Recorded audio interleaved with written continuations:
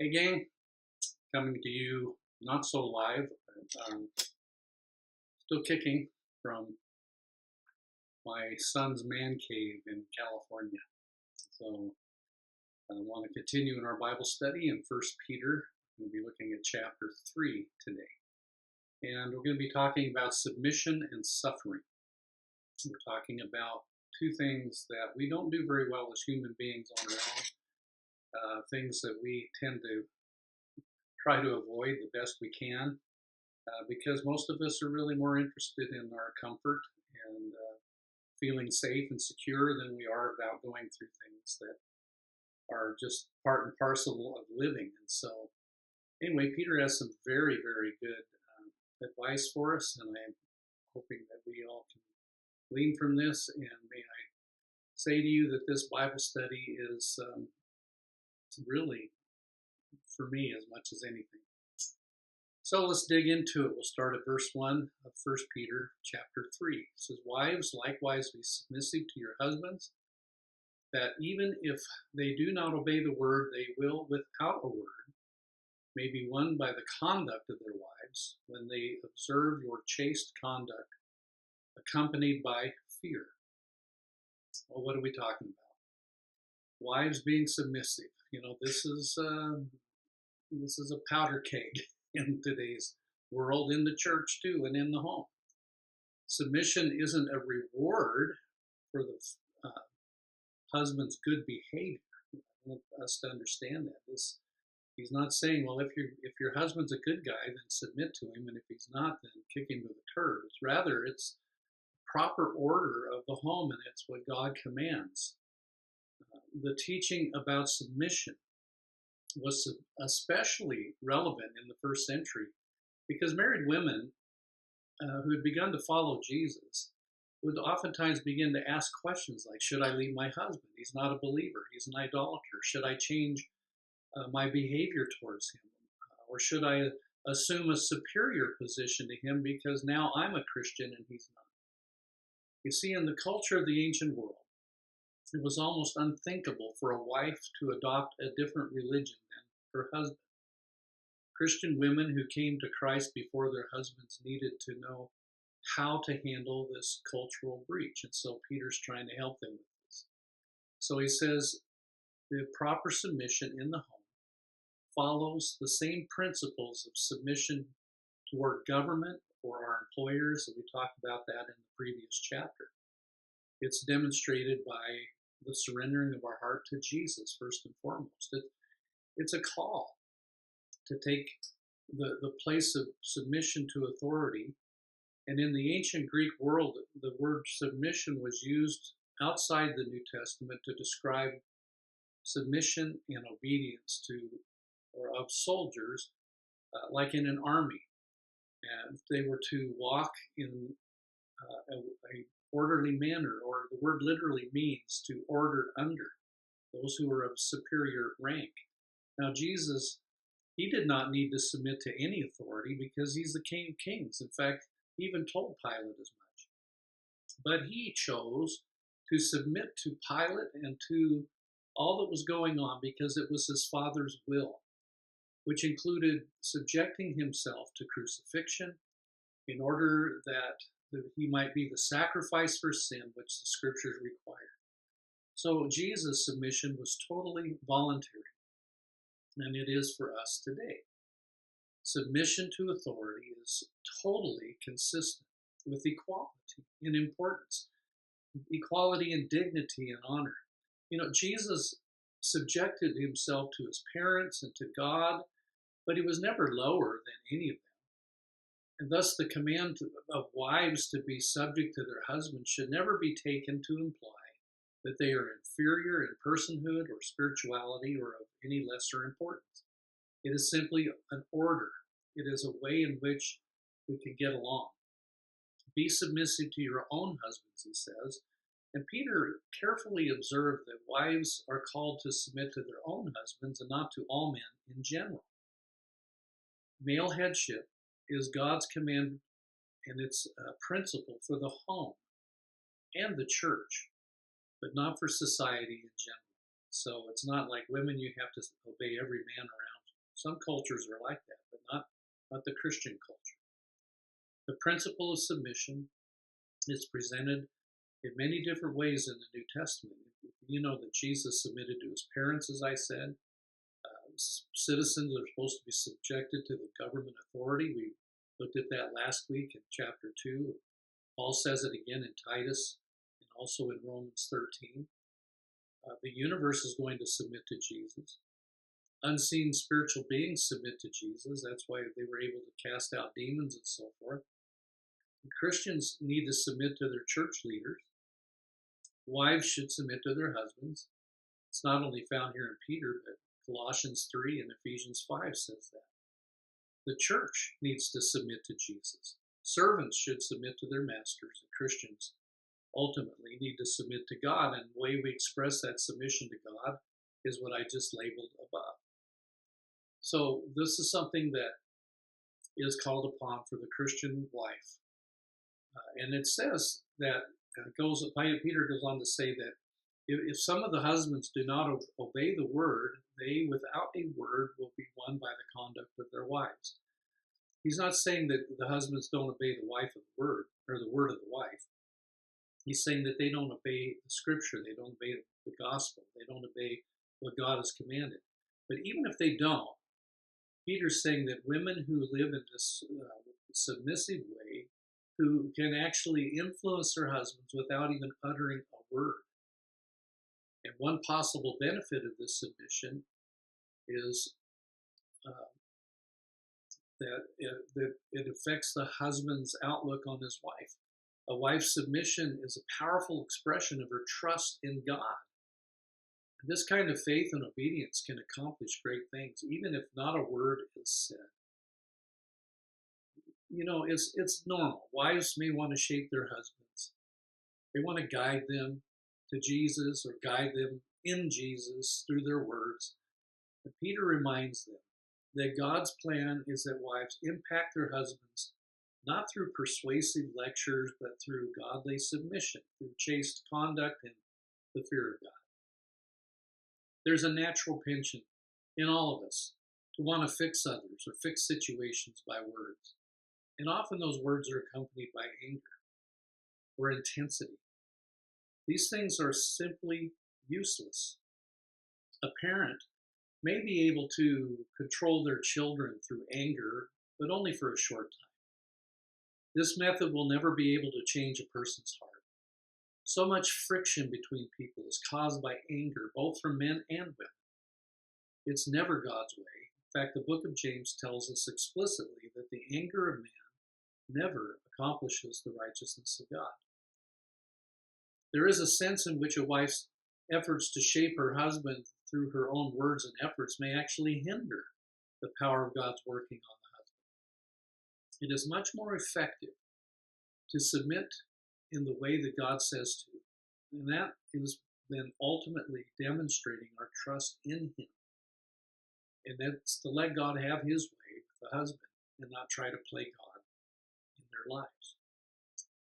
Then he goes on in verses 3 to 4 to talk about the beauty, the true beauty of a godly woman. He says, don't let your adornment be merely outward, arranging the hair, wearing gold, putting on fine apparel.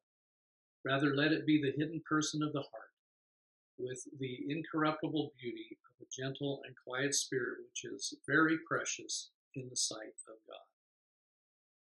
Do not let your adornment be merely outward, Peter said. Don't. He's not saying you can't wear jewelry, or he's not saying you can't, wear makeup or try to look nice. But for the godly woman, the outward adornment is always in moderation. In other words, her emphasis is always on the inward person. That's where the focus needs to be. In today's culture, everything is on appearance. Everything's on the external appearance. What people think. What do they think of my hair, my clothes, my body, what I'm driving? And this is true for men and women. But Peter is simply saying to women, your focus needs to really be on what is your heart condition? Where are you spiritually? How are you doing in that realm? When he talked about arranging the hair, according to William Barclay, who was a historian and a commentator, he said the world in which Peter lived Women often arranged and dyed their hair. Well, they do that today, but many times it's to attract attention. And I would say that men are no different. But Peter's saying, the real person, real beauty comes from the hidden person of the heart, the inner person. It isn't something you wear, it's something you are. So the real question is, what do you depend on to draw attention to yourself? Or are you even trying to draw attention to yourself? Because ultimately the Christian wants to draw attention to Jesus, wants to draw attention to the glory of God and not to themselves. So Peter's point is not that any of these things are forbidden, but that they should not be what anyone depends upon to be noticed or adored. The source of true beauty comes from within, and it's an incorruptible beauty, he says. The inner beauty of a godly woman is incorruptible. It means that it does not decay or get worse with age. Instead, it only gets better with age. If a person's working on their inner spirit and their inner heart, it's of greater value than the beauty that comes from the hair and jewelry and clothing, because we know that changes, it fades, it goes away. Wrinkles come, our bodies change. But if we're working on the inner person, that is the thing that draws people to truth. It actually draws people to us because we're the kind of people that end up being the ones that people want to be around.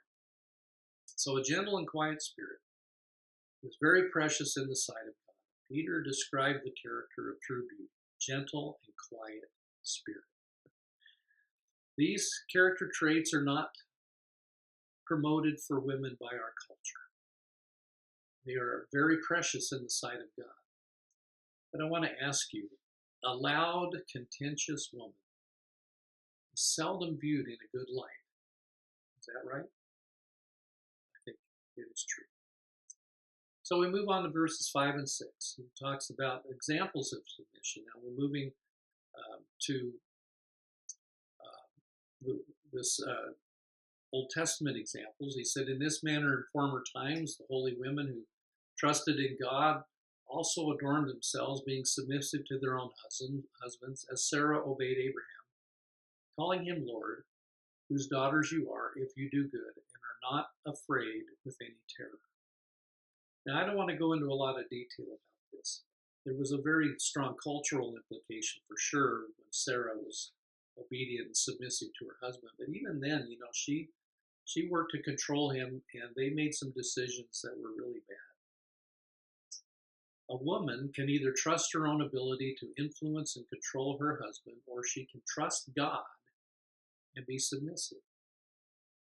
A woman can trust her outward beauty and adornment, or she could trust God and cultivate a gentle and quiet spirit. These are the choices.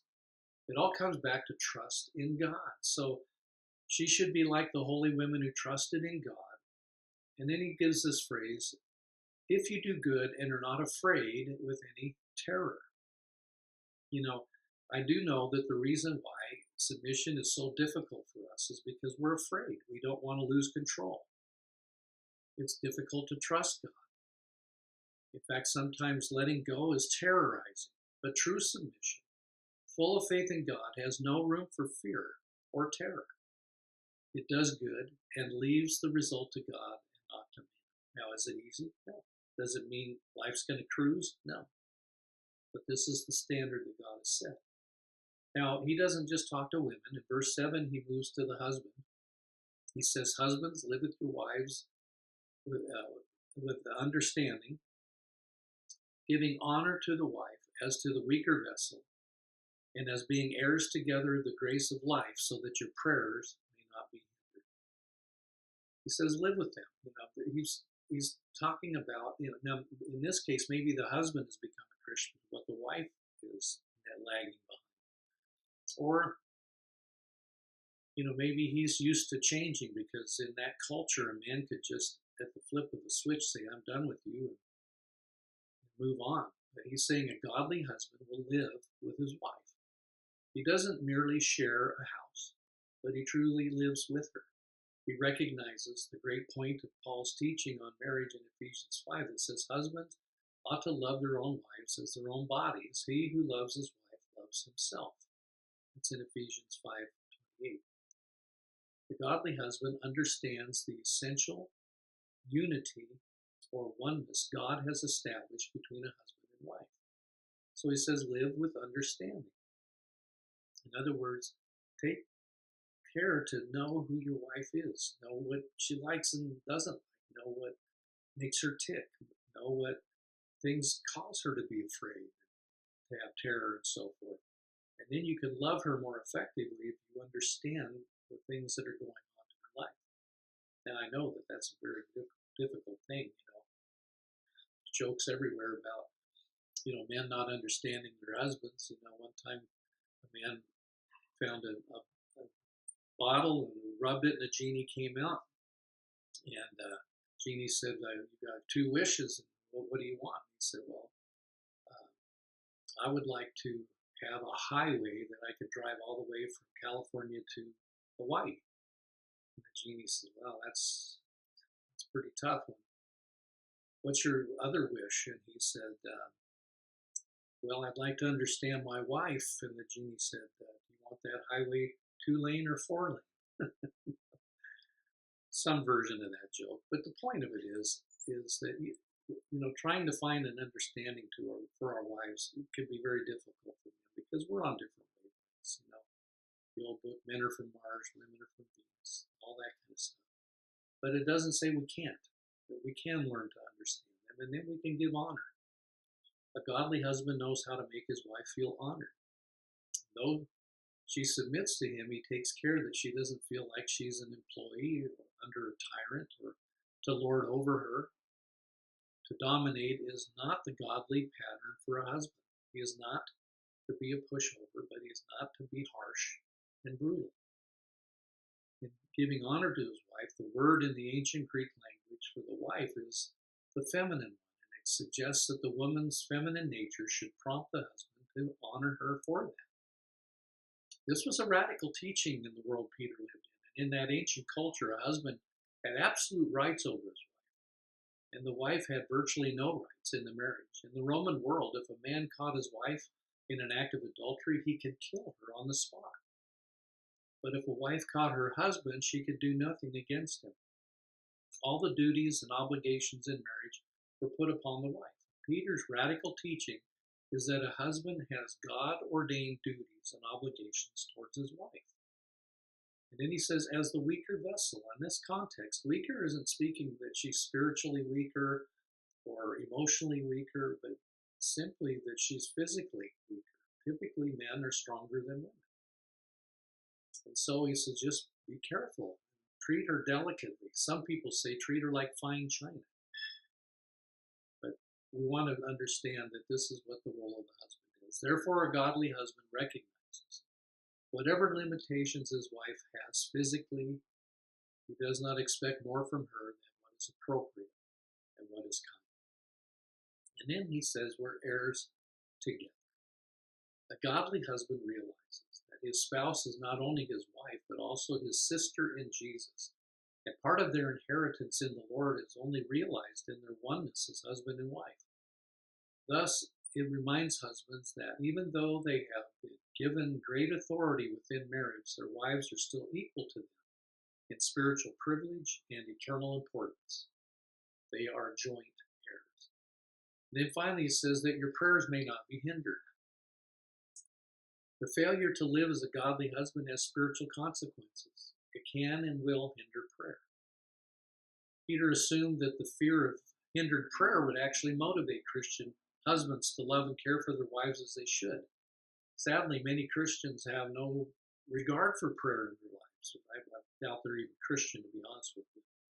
But men who don't pray don't care. But men who are really in earnest about prayer need to heed this, that the ability to communicate with God and to receive from God is contingent upon how you treat your wife.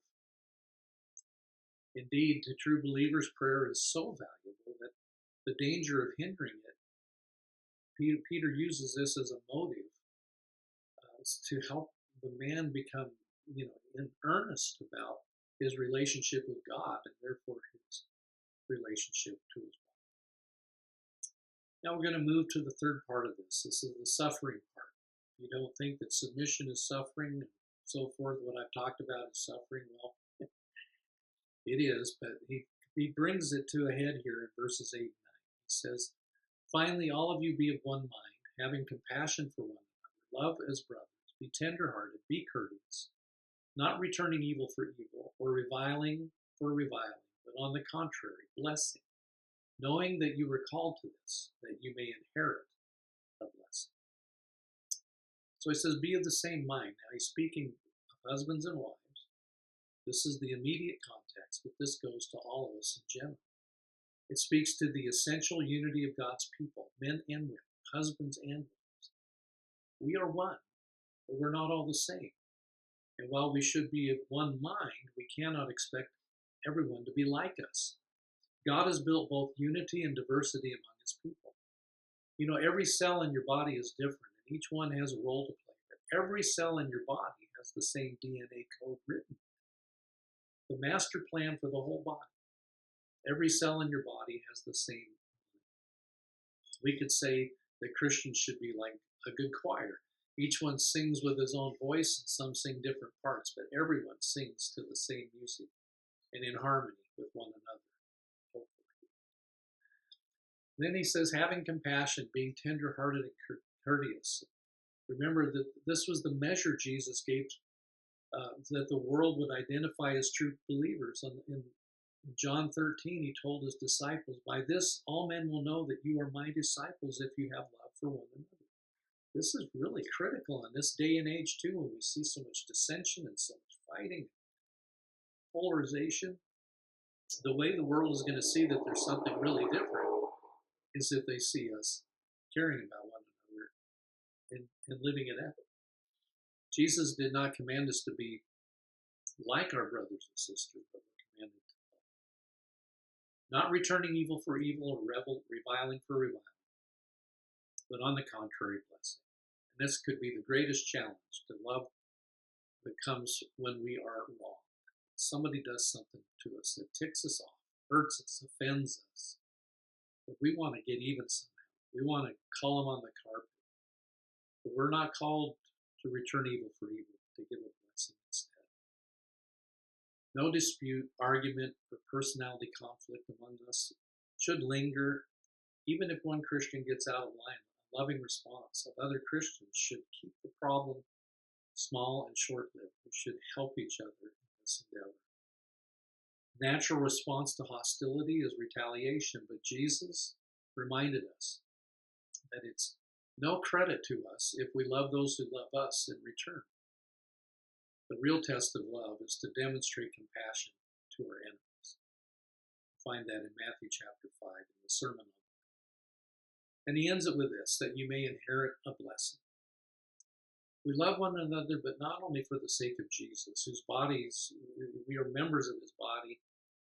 We love one another, but not only for the sake of our brother or sister whom Jesus died. We also love each other for our own sake. By blessing those who have wronged us, we will inherit a blessing. By blessing those and forgiving those who have wronged us, we get ourselves off the hook and we don't live in bitterness and resentment, but we live in freedom. That's a blessing. So if you can't love for the sake of Jesus or love for the sake of your brother, then do it for your own sake. We'll pick up more next time. Chapter 3 is loaded with stuff. We're going to be looking at some supernatural stuff in the future, and it's a very interesting study, so I hope you'll tune in next time. But I want to thank you for watching, and just thankful for the Word of God that gives us such great insight into us and what God calls us to do. So until next time, the Lord bless you.